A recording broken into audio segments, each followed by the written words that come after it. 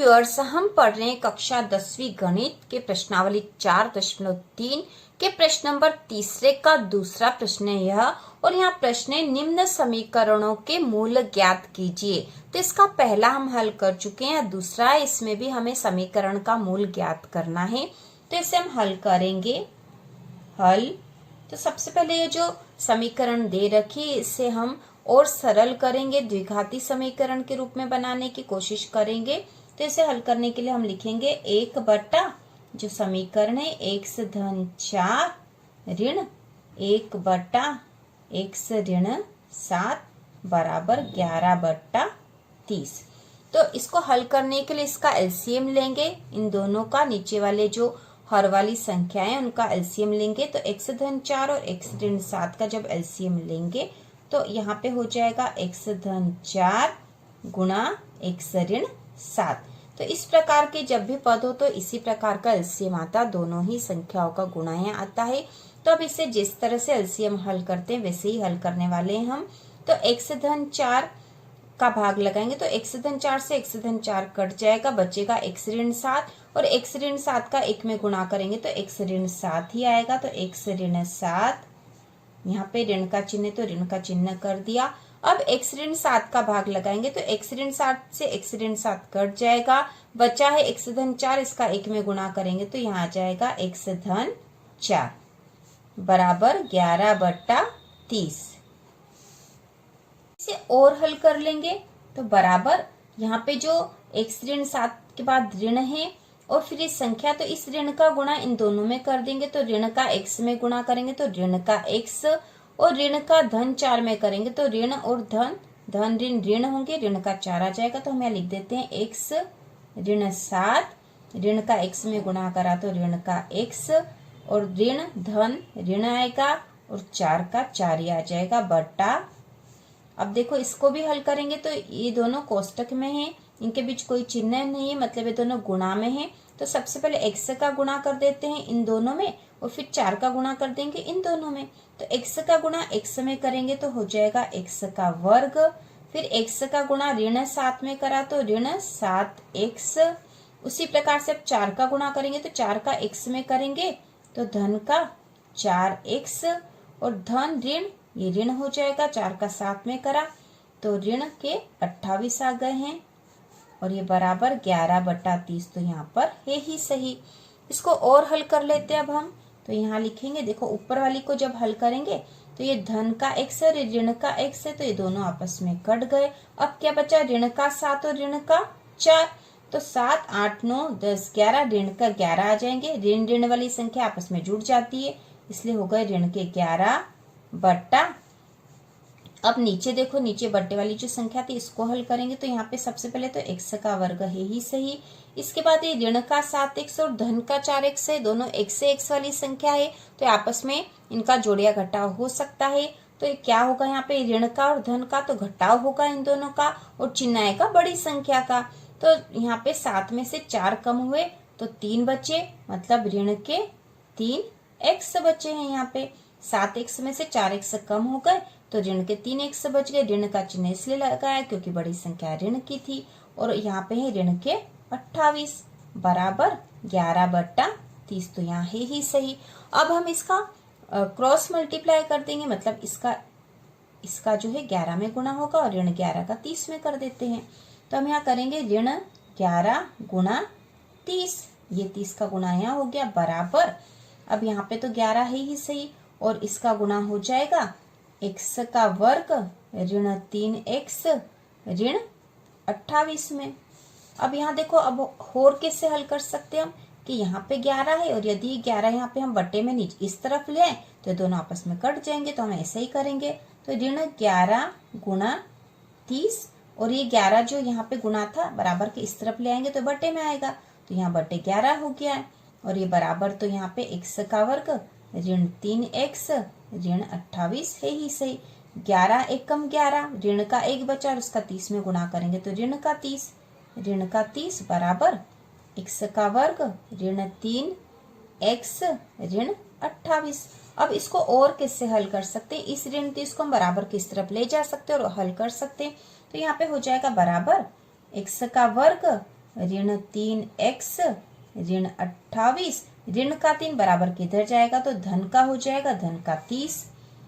तो यहाँ पे ऋण 28 में 30 से जो 30 है इनका आपस में घटा हो जाएगा, क्योंकि ये ऋण की चिन्ह है, उस पे धन का चिन्ह है।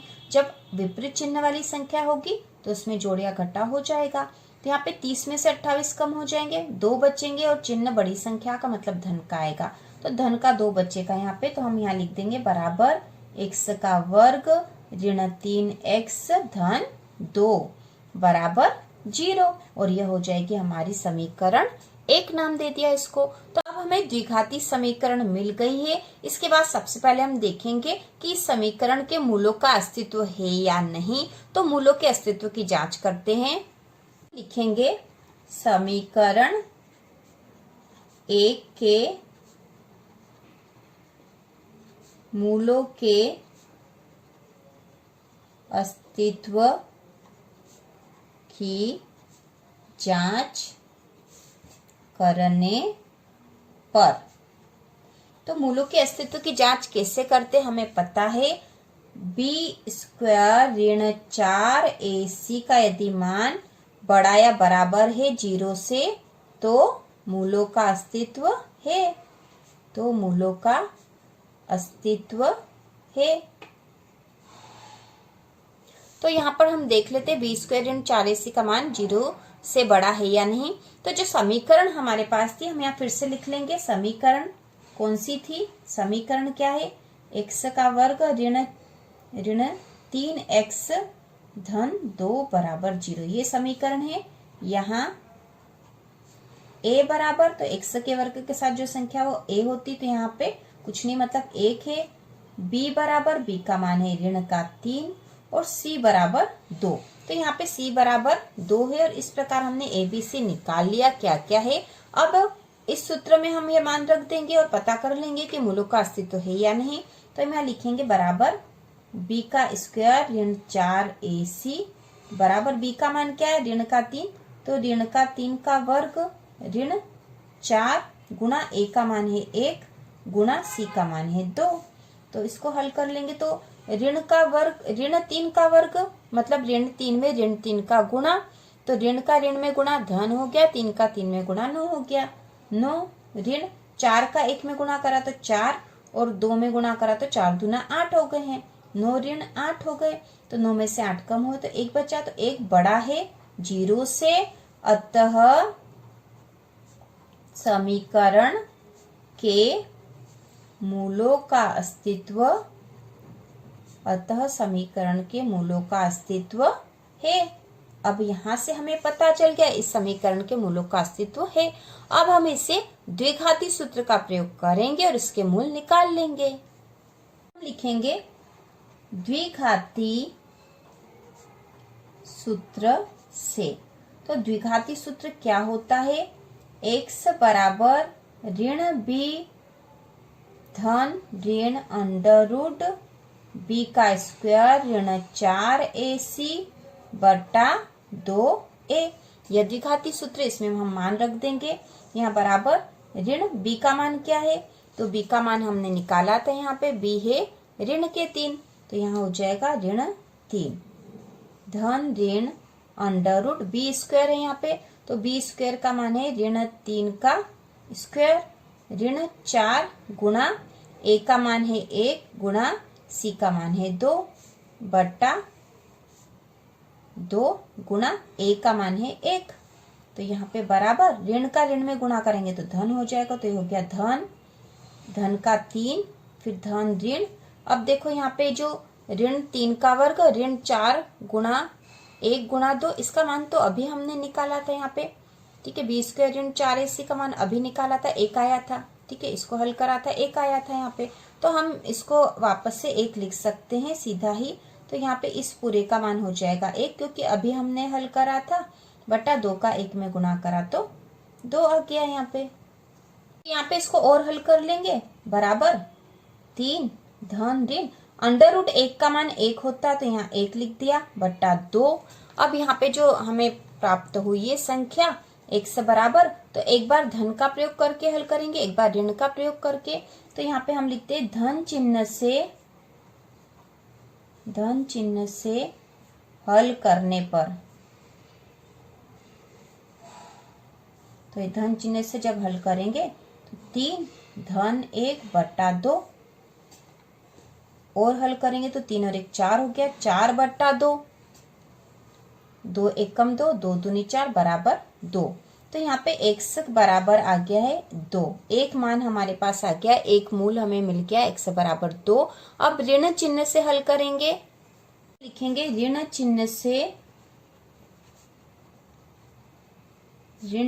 से हल करने पर,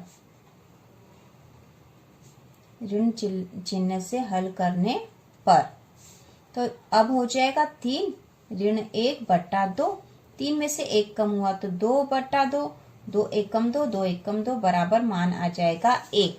तो यहाँ पे x बराबर 1 हो गया है, दूसरा मूल प्राप्त हो गया है। तो हमें दोनों ही प्राप्त हो गए हैं इसके मूल। अतः समीकरण के मूल 2 व 1 हैं, और यही इसका आंसर हो जाएगा। 2 और 1 ये 2 मूल हमें प्राप्त हो गए हैं।